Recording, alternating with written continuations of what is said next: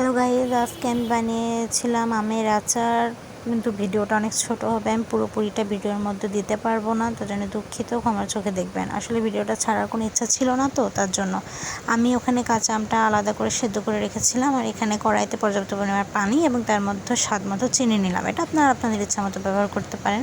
শিরা বানানোর জন্য নিয়েছিলাম, শিরাটা আমার কমপ্লিট হয়ে গেছে। এবার এখানে সেদ্ধ করা আমটা আমি শিরার মধ্যে দিয়ে দিব। এবার সুন্দর মতো শিরাটার সাথে আমার আমটা আমি মিশিয়ে নিব। অবশ্যই এখানে আমি একটু পাঁচফোড়নও অ্যাড করেছিলাম, সেটা ভিডিও করতে পারিনি, আমি অনেক দুঃখিত।